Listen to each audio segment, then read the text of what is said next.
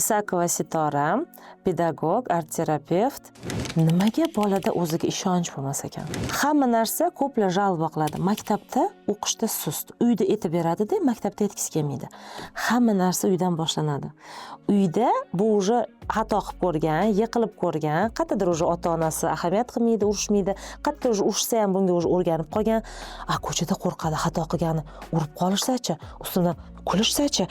Bu narsani kim formirovat qiladi? Bu narsani uyda ada va ona formirovat qiladi. Ya'ni uyda bola xato qilib ko'rishga haqqi bor. Xatosini o'zi to'g'rilashga haqqi bor. Xato qilganda biz uydagilar qilib ketmas ekan biz. Baqirib, aka, "Voy, o'zing ishisi qilmadimi? Точнami? U vaqtda sipirga bor. O'sha sipirga yo'q, mana bunaqa o'shasan sipirgani. Sekin yig'ib ol. Anulatda borda, mana bunaqa qilib biz diktovat qilib turar ekanmiz. Bola o'zi qilar ekan. O'zi qilgandan keyin, "Voy, musor yig'ishni bilar ekan. Suv to'ksa suvni artishni bilar ekan. Lattaga borib qisib kelishni bilar ekan, vannaga borib." Shunga o'xshagan narsalarni bola uyda uddaladimi? Qo'lidan keldimi? Uyda hech kim unga baqirib, tepib ketib, boshiga qarab solmayaptimi? Demak, biladi maktabda ham. Nechun strashnomi? Xato qila oladi, hamma xato qilishga haqqi bor. Mana uyda xato qilganman, xatoyimni to'g'rilayman. Men bu yerda ham xato qilib qo'ysam to'g'rilayman. O'shanda bola o'ziga uverin bo'ladi, uydami, ko'chadami, xolasinikidami, qayerda bo'lishidan qat'iy nazar o'zini bir xilda tutadi. Uyda gap eshitilaversa, urilaversa, turtilaversa, odamlar nima deydi, anuka nima deydi, o'qituvchi ham bunaqa deydi, всё. Bu maktabga kelyapti-da, miyasida faqat shu oyisini baqirgani, adasini urishgani, o'qituvching jini deb o'ylaydi, o'rtoqlaring unaqa deb o'ylaydi, qo'ling ko'tingga yetmaydi, bidi mana shular aylanadimi? Hech narsa qilgisi kelmaydi bolaga. Qo'rqadi chunki. Bolada o'ziga ishonch bo'lishi uchun eng oddiy kichkina narsa bor. Kiyim tanlay olishi. Buni kiyasanmi? Yo bu futbolkani kiyasanmi? Bu kepkani kiyasanmi? Yo bu krossovkani kiyasanmi? Bola uyda men eshitilyapman, quloq solyapman, meni fikrim qanaqadir kuchga ega ekan, men xohlagan narsamni tanlay olar ekanman degan narsa o'ziga ishonch uyda boshlanadi.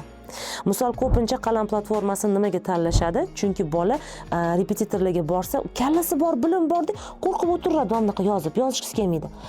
Qalamda bo'lsa, uni biladi, что o'qituvchi ko'rmayapti, hech kim bilan ko'rishmayapti. Faqat yozyapti savolini. Yoki telefonda nimani tushunmading, nega men buni qilmading? Mana bunaqa qilib o'tiradi. Bu ham yomon emas, chunki xarakterga to'g'ri kelishi mumkin. Lekin shu narsada siz urg'u bersangiz, o'zing gaplashdingmi mentoring bilan, o'zing mana shuni hal qildingmi, yozdingmi сообщение qilib поддержка qilib ko'taryapsizmi duxini? Ertaga ko'chada ham, maktabda ham, boshqa sotsiumda ham boshqalar bilan ham qo'shilib, gapirib ko'rib, o'zini ko'rsatishga harakat qiladi. Hamma narsa o'ziga ishonchi avvalobor oilada boshlanadi.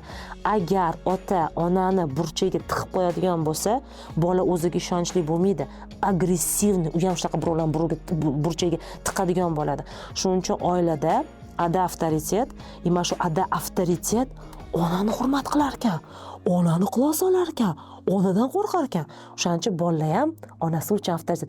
Onasi молодец desa, "O" deydi, yugurib boradi-da, u ham maktab shu narsani qilib ko'radi. Ya'ni uyda onasi imkoniyat beryapti xato qilishga. Ota-onasi tushunyapti, boshidan silayapti, qo'llab-quvvatlayapti. Xato qilishga qo'rqmagan uyda bola ko'chada ham xato qilishga qo'rqmaydi. Ko'pincha o'ziga ishonchsizlar bilasizlar bu. Mamichkini, dochki, sinochki boru, "Voy to'xta tushirib yuborasan. Voy to'xta yiqitib yuborasan. Kim mamchoching yig'ib qo'y, ki to'xta men o'zim boylab qo'yaman. Tey, men o'zim olib qo'yaman." Mana sizga bitovoy invalid, mana sizga ko'chada o'zini ko'rsata olmaydigan inson. Bolada qo'rquv yoshligidan kattalar formirovat qiladi. Babayka keladi, "Men bunaqa qilsang o'lib ketasan, men bunaqa qilsang yo'qolib ketasan", dabdilingni chiqazishadi. Ana shu qo'rquvlarni ota-ona kiritadi bolaga. Shunaqa исследование olib borilgan. Bolalarda periodda bolalari bilan yana boshqa maktabi bolalarini olishganda, perioddagilarga "Salla hayot ichida bo'la olmaysanlar, salla unaqa bo'lasanlar, salla bunaqa." Bu juda ham eski 50-60-yillarda bo'lib o'tirgan исследованиялар. Bu juda ham jistoki, to'g'ri. Lekin shu orqali odamlar bolam psixologiyasini qanchalik uydagi san qila olasan bu narsani, o'zing to'g'rila xatoyini, xato qilish bu norma deb ishonilgan va sen hech narsa qila olmaysan. Sen oxiri mana bunaqa bo'lib ketasan, sen anaqa bo'lasan deb ota-onani gapirgan gapirgan gapini, qanchalik katta inson gapirgan gapi qanchalik miyasiga bog'lanishi haqida katta bir исследование olib borilgan va o'sha yerda ko'rsatilgan. Siz bolaga san qila olasan, hech narsa qilmaydi, to'g'rila olasan. Bo'ladi, shunaqa tushib ketishi ham bo'ladi. Javobgarligi borligini tushuntirilgan bola o'ziga ishonchi to'q bo'ladi. Voy, qo'rqamiz, voy o'zimiz qilamiz, voy sharmanda bo'lib qolmaylik, voy mana bunaqa bo'lib qolmasin deb cho'zilgan oiladagi bola hech qachon samostoятельный bo'lmaydi, o'ziga ishonchi ham bo'lmaydi. Doim kimdandir yordam, kimdir turtki berib yuborishini kutadigan bo'lishadi.